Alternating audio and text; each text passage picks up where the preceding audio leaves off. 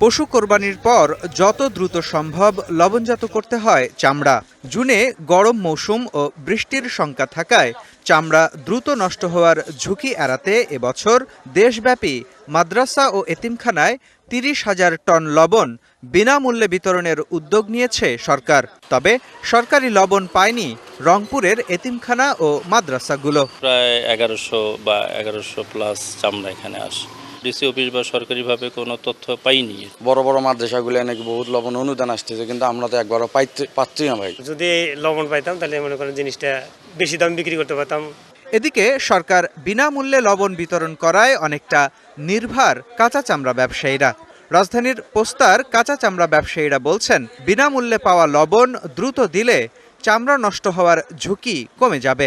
সরকার ৩০,০০০ metric ton লবণ দিয়েছে, এটাতে হয়তো চামড়াগুলা রক্ষা পেয়ে যায়। বিগত দিনে অনেক মাঠ নষ্ট হইত, এই জিনিসটা হবে না। এবছর রাজধানীতে প্রায় ১০ লাখ পশু কোরবানির লক্ষ্যমাত্রা ধরা হয়েছে। এসব চামড়া কাঁচা চামড়া ব্যবসায়ী সহ ট্যানারি মালিকরা সরাসরি সংগ্রহ করবেন। ঈদের ১০ দিন পর ঢাকায় ঢুকবে জেলা শহরে সংগ্রহ করা চামড়া। ট্যানারি মালিকরা বলছেন, মৌসুমি ব্যবসায়ীদের অসচেতনতায় নষ্ট হয় অনেক চামড়া। এতে করে মেলে না ন্যায্য দাম, নিম্নমানের চামড়ায় লোকসান হয় ট্যানারি মালিকদেরও। প্রায় 20% চামড়া ল্যাম্প ডিজিজের কারণে ব্যাপকভাবে এটা দেখা দিয়েছে। অদক্ষ শ্রমিক দিয়ে যে চামড়াটা ছাড়ানো হয় সেখানে প্রচুর লেসকাট প্লেকার্ড হয়, চামড়ার যে গুণগত মান সেটা নষ্ট হয়। আরেকটু হলো যে সঠিক সময় চামড়াটা মসজিদ মাদ্রাসা দান করা, সেটা যে না করার কারণে কিন্তু আপনার চামড়া নষ্ট হয়। এইখানে ট্যানারি মালিকরা কিন্তু একটা লসের সম্মুখীন হচ্ছে। এ অবস্থায় সরকারের বিনামূল্যের লবণ পাওয়া যাক বা না যাক, মূল্যবান সম্পদ চামড়া সংরক্ষণে ট্যানারি মালিকদের অনুরোধ, দ্রুত যেন তা যথাযথ প্রক্রিয়ায় সংরক্ষণ করা হয়। মোস্তফা মাহবুব, ডিবিসি নিউজ, ঢাকা।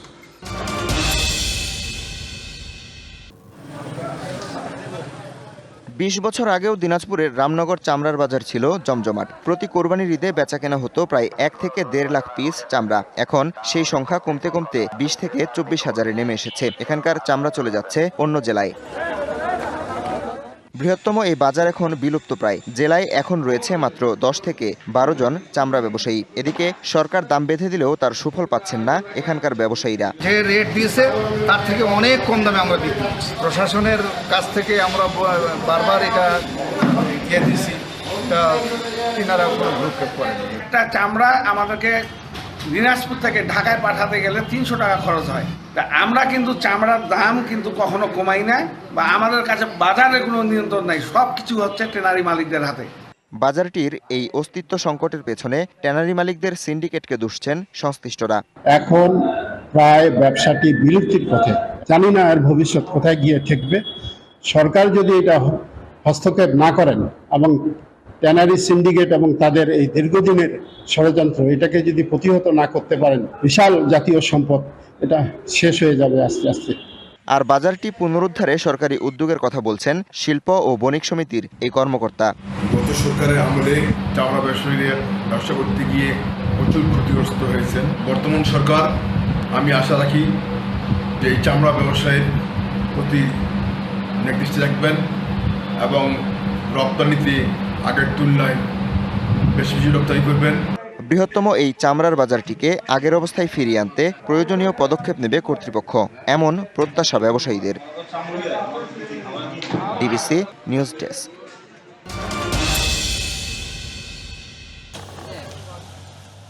যশোরের অভয়নগর উপজেলার ফুলেরগাতি গ্রামের প্রসেনজিৎ রায় ৪৭ মাস ধরে ঠান্ডা ভোলা নামের গরুটি লালন পালন করছেন। দেশীয় খাদ্যসহ অন্যান্য দানাদার খাবার বাবদ গরুটির পেছনে প্রতিদিন তার খরচ ৭ থেকে ৮০০ টাকা। গেল বছর কোরবানির ঈদে ১২ লাখ টাকা পর্যন্ত দাম উঠলেও এবছর দাম হাঁকছেন ১৩ লাখ। প্রতিদিন ১২ থেকে ১৪ কেজি খাওয়া যায়। আমরা চাচ্ছি এবছর আমাদের ন্যায্য মূল্য আশা করি পাবো। গরুটি দেখতে ভিড় করছেন অনেকে। এত কষ্ট করে পালন করছে যারা, তারা যেন ন্যায্য দামটা পায়। জেলা প্রাণী সম্পদ বিভাগের দাবি, সার্বক্ষণিক নজরদারিতে থাকায় গরুটি নিরোগ। আমাদের জানা মতে সবচেয়ে বড় গরু। এই গরুটা প্রাণী সম্পদ কর্মকর্তা নিজ দায়িত্বে সার্বক্ষণিক দেখভাল করছে।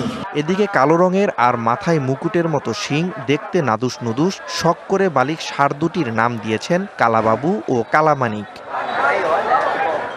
ফ্রিজিয়ান জাতের 20 মণ ওজনের ষাঁড় দুটিকে 4 বছর ধরে পালন করছেন ভোলার সদর উপজেলার আবুল কালাম খান।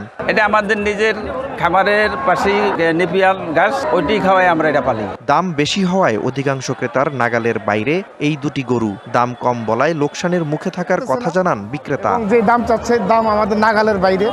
গতবারে একটা গরু বেচা গেছে 1,30,000 35,000, এবার 20,000 15,000 এর বেশি মূল্য না। এদিকে জেলা প্রাণী সম্পদ বিভাগ জানায় জেলায় চাহিদার তুলনায় পর্যাপ্ত রয়েছে কোরবানির পশু। 26টি ভেটেরিনারি মেডিকেল টিম কাজ করছেন। আমরা মনে করি ভোলাতে গরু পর্যাপ্ত পরিমাণ আছে এবং কোনো অভাব হবে না, স্বাচ্ছন্দ্যে কোরবানির ঈদ সম্পন্ন করতে পারবেন। ঈদে ভোলায় এবার 90,253টি পশুর চাহিদা, বিপরীতে প্রস্তুত আছে 1,02,769টি। Nazmus Sakib Sami, DBC news desk. বছর জুড়ে তেমন ব্যবহার না থাকলেও কোরবানির আগে বাড়ে দা, বটি, ছুরি ও চাপাতির চাহিদা। সে চাহিদার দাপুটে ভিড় দেখা গেল কুমিল্লার কামারপাড়ায়। শেষ সময়ে টুংটাং শব্দে মুখর কামারপল্লী। আমরা মালিক আমরা বেতন দিয়ে খাবার খাচ্ছে না। অন্য বছর আমরা মনে হয় 2,000-3,000 টাকা বেতন ছিল, এই বছর 800-900 টাকা এরকম বেতন হয়। কাস্টমারের চাপ কম, মালের কারিগর চালাইতে ঠিক আছে মনে হচ্ছে। তবে সার্ভিস মালের দাম কিন্তু মোটামুটি চেয়ে তার তুলনামূলক একটু বেশি হয় এখন রেট। গত বছর থেকে সামান্য একটু বৃদ্ধি পাইছে দামে আর কি। কুমিল্লা মহানগরী সহ 17 উপজেলায় ছড়িয়ে ছিটিয়ে আছে 3 শতাধিক কামারশালা। সরগরম ঠাকুরগাঁও শহরের কামারপাড়াগুলোও ব্যস্ত সময় কাটছে কামার শিল্পীদের।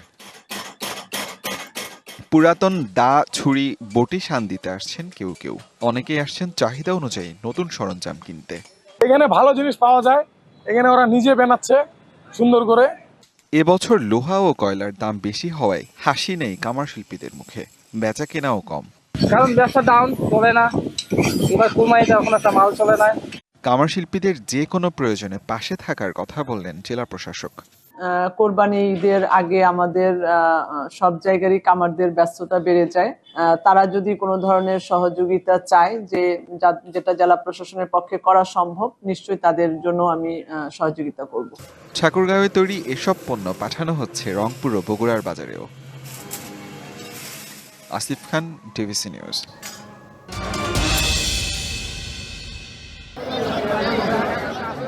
ঈদকে ঘিরে নরসিংদীতে প্রতি বছরে স্থায়ী হাটের পাশাপাশি বসে অস্থায়ী পশুর হাট। জেলার বিভিন্ন স্থান থেকে আসে বিভিন্ন জাতের গরু, মহিষ ও ছাগল। এবছর বাজারে দেশি গরুই বেশি। পছন্দের রং এবং দামের গরু কিনছেন ক্রেতারা। কুরবানি লেগে যারা ওই আজকে কিনতেছে আর অনেক সস্তায় কিনতেছে।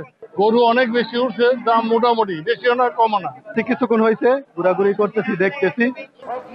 আইন শৃঙ্খলা রক্ষায় প্রশাসনের পক্ষ থেকে নেওয়া হয়েছে বিশেষ ব্যবস্থা।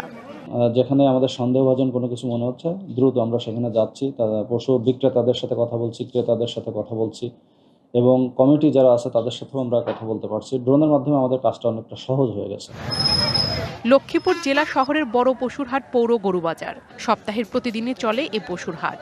এবার ক্রেতাদের পছন্দের তালিকায় রয়েছে মাঝারি আকারের গরু।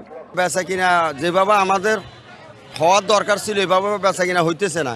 আমি 45টা গরু আনছি, আজকের বাজারে 60টা গরু বিক্রি করছি। পশু স্বাস্থ্য পরীক্ষায় হাটে অস্থায়ীভাবে কাজ করছে 25টি মেডিকেল টিম। আছে জাল নোট শনাক্তের ব্যবস্থাও। আমাদের ভেটেরিনারি মেডিকেল টিম তৈরি করা হয়েছে গরুর হাটগুলোতে, তারা সার্বক্ষণিক তদারকি করবে। এদিকে কোরবানির ঈদ ঘিরে জমজমাট শরীয়তপুরের পশুর হাটগুলো। ছোট ও মাঝারি গরু বিক্রি হচ্ছে বেশি। তদারকিতে রয়েছে প্রাণী সম্পদ অফিসের ভেটেরিনারি দল। দেখি পছন্দ হলে, যদি পছন্দ হয় তারা নিয়ে নেব ইনশাল্লাহ। তো মোটামুটি প্রাইস রিজনেবলের ভিতরে আছে, যতটুকু মনে হচ্ছে আর কি। ওরা দেখার মধ্যে আছে, এখন বুঝতে পারছি না যে গরু আসলে বেচতে পারবো কিনা। আমাদের মেডিকেল টিম যতক্ষণ বাজার আছে শুরু থেকে শেষ পর্যন্ত এটা থাকবে। এছাড়া নাটোরের 26টি হাটে চলছে পশু বেচাকেনা। ক্রেতা বিক্রেতা আর গবাদি পশুর আনা নেয়ায় সরগরম হাটগুলো। বান্দরবনের বালাঘাটা, কালাঘাটা, রাজার মাঠ সহ বেশ কয়েকটি হাটে ছোট ও মাঝারি গরুর চাহিদা বেশি। গেল বছরের তুলনায় এই বছরে গরুর দাম কিছুটা কম বলছেন ক্রেতারা। প্রিয়া কুন্ডু, ডিবিসি নিউজ ডেস্ক। স্বাধীনতার আগে থেকে ঈদের জামাত হয়ে আসছে দিনাজপুরের গোরে শহীদ ময়দানে। 2016 সালে জায়গা বাড়িয়ে করা হয় 23 একর। এখানে একসাথে নামাজ পড়তে পারবেন প্রায় 6 লাখ মানুষ। এই ময়দানে ঈদের জামাত হবে সকাল 8টায়। ইমামতি করবেন মাওলানা মাহফুজুর রহমান। এরই মধ্যে মাঠ সংস্কার ও পরিচ্ছন্নতার কাজ শেষ। নেওয়া হয়েছে নিরাপত্তা সহ সব ব্যবস্থা। নিরাপত্তা বলুন এবং অন্যান্য সুযোগ সুবিধার কথা বলুন, আমরা সকল বিষয়ে আমরা বিবেচনা করেছি। ইতিমধ্যে আমরা কয়েক দফা মিটিং করেছি। যদি বৃষ্টি না হয় তাহলে এখানে আমরা ইনশাল্লাহ সুন্দর মনোরম পরিবেশে নামাজ পড়তে সক্ষম হব। প্রস্তুত কিশোরগঞ্জের শোলাকিয়া ময়দানও। বৃষ্টি হলে মুসল্লিদের দুর্ভোগ কমাতেও নেওয়া হয়েছে ব্যবস্থা। বিভিন্ন প্রান্ত থেকে এখানে এসে ঈদের জামাত আদায় করে এবং আমরা প্রতি বছর এখানে নামাজ পড়ে নিজেকে গর্ববোধ করি এবং অনেক আনন্দ পাই। 8 লাখ মানুষ এই মাঠের মাঝে উপস্থিত হয়। কার দোয়া আল্লাহ কবুলের জায়গা এটা কেউ বাবা বলতে পারতেন। আত্মীয় স্বজনও যারা আছে, বিশেষ করে অনেক দূর দূরান্তের, তারাও এই ঈদ উপলক্ষে ওনারাও আসে। শোলাকিয়া এবার ঈদুল আজহার 198তম জামাত। ইমামতি করবেন মুফতি আবুল খায়ের মোহাম্মদ সাইফুল্লাহ। জামাত নির্বিঘ্ন করতে কাজ করছে প্রশাসন। পোশাকে, সাদা পোশাকে জেলা পুলিশের গোয়েন্দা শাখা এবং ট্রাফিক পুলিশ, এই সমস্ত ফোর্স অফিসার মিলে আমরা এখানে 600-700 উপরে ফোর্স ও অফিসার মোতায়েন থাকবে। ঈদের জামাত ঘিরে যে কোনো বিশৃঙ্খলা এড়াতে সতর্ক আইন শৃঙ্খলা বাহিনী। স্থায়ী অজুখানা, টয়লেট আছে, এছাড়াও অস্থায়ী অজুখানা এবং টয়লেটের ব্যবস্থা করা হয়েছে যাতে মুসল্লিরা নির্বিঘ্নে অজু করতে পারেন এবং অন্যান্য কার্যক্রম সম্পন্ন করতে পারেন। শোলাকিয়ায় মুসল্লিদের যাতায়াতে ভৈরব ও ময়মনসিংহ থেকে 2টি বিশেষ ট্রেনের ব্যবস্থা করেছে রেল বিভাগ। Khalid Hasan, DBC news desk. Shefa বেগমের চোখের জল যেন ভাইহারা বোনের আর্তনাদের ফসল। মায়ের মমতায় ছোট ভাই ওয়াসিমকে বড় করেছিলেন, কিন্তু নিমেষেই যেন সব স্বপ্ন ভেঙে গেল। জুলাই আন্দোলনে ঢাকায় পুলিশের গুলিতে নিভে যায় ওয়াসিমের জীবন প্রদীপ।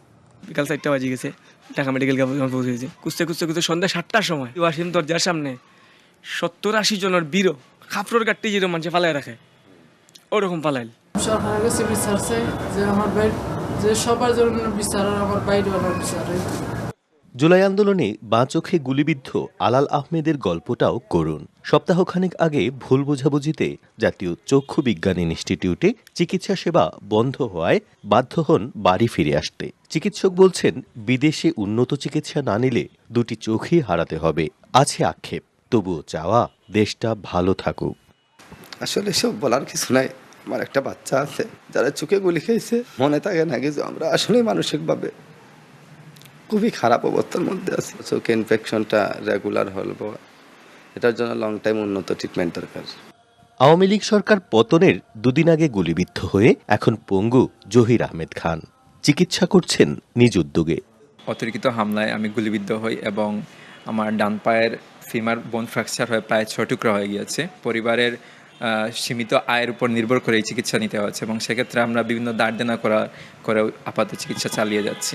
গোলাম রব্বানী এখনো খুঁড়িয়ে চলেন, আবেদন করেননি কোনো সহায়তার।